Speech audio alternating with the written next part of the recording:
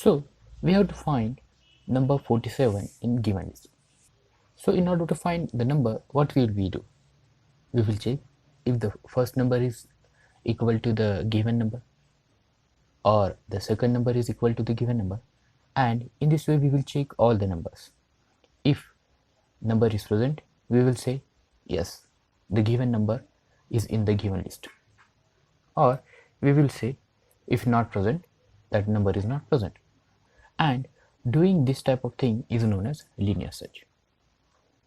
In linear search algorithm, what we will do, we will take each number one by one and compare it with the number which we want to search.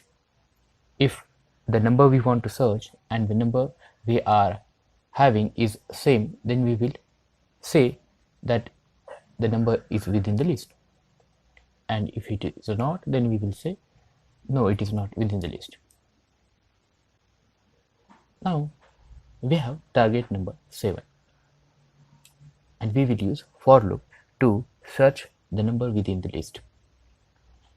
The first number is 12, which is not equal to the target number. The second number is also not equal to the target number. The third number is not also equal to target number. The fourth one is not also, and the fifth one is equal to the target number, which is 47.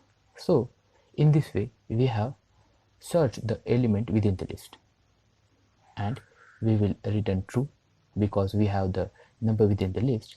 If we have searched through the entire list and we don't have the number in the list, we will return false.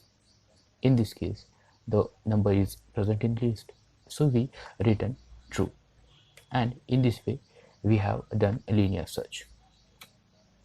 The time complexity of a linear search is big O of n.